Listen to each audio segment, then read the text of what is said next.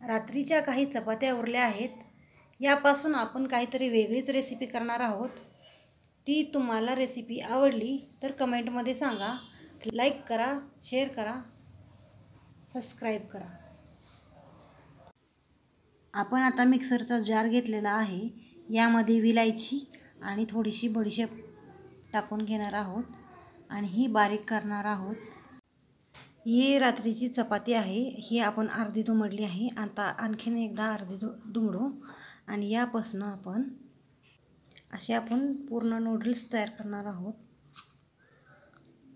आणि आपण याचं असं करणार आहोत.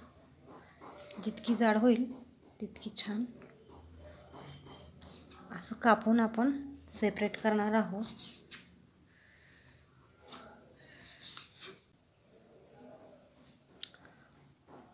असं आपण सगळी चपाती कापून घेणार आहोत.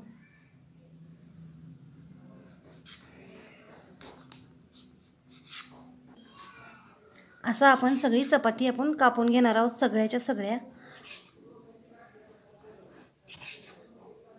पूर्ण सगळ्या चपात्या आपण अशा पद्धतीनं कापून व्यवस्थित घेणार आहोत. अशा पद्धतीने आपले सगळे चपात्या कापून झालेल्या आहेत. आता यापासून आपण पुढील रेसिपी तयार करण्यास सुरुवात करू. आपण एका कढईमध्ये तूप टाकून घेणार आहोत आणि वितळण्यासाठी ठेवणार आहोत. आपण यामध्ये चपातीचे तुकडे ॲड करू आणि चांगले भाजून घेऊ. आता आपण हे छान परतून घेतलेले आहे. असं मस्त परतून घ्यायचे आहेत तुपात तुकडे आणि मग एका ताटामध्ये काढून घ्या.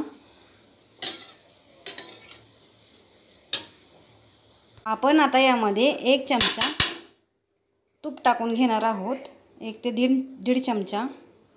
आणि यामध्ये आपण सगळे ड्रायफ्रूट्स टाकणार आहोत.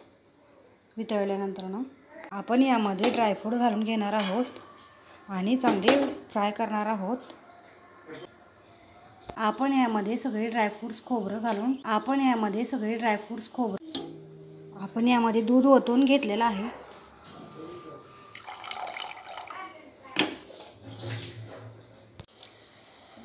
आपण 1 ग्लास दूध आणि 1 ग्लास पाणी ओतून घेतलेलं आहे. यामध्ये आपण चपातीचे तुकडे टाकून घेणार आहोत. कट केलेले चपातीचे तुकडे टाकून घेणार आहोत. आणि आपण यामध्ये जे आपण पावडर मिक्सर ग्राइंडरमधनं बारीक करून घेतलेली होती ती पावडर टाकलेली आहे. इलायची, बडीशेपची पावडर टाकून घेतलेली आहे, साखरची.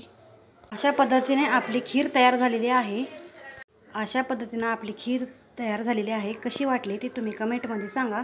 लाईक करा, शेअर करा, सबस्क्राईब करा. थँक्यू.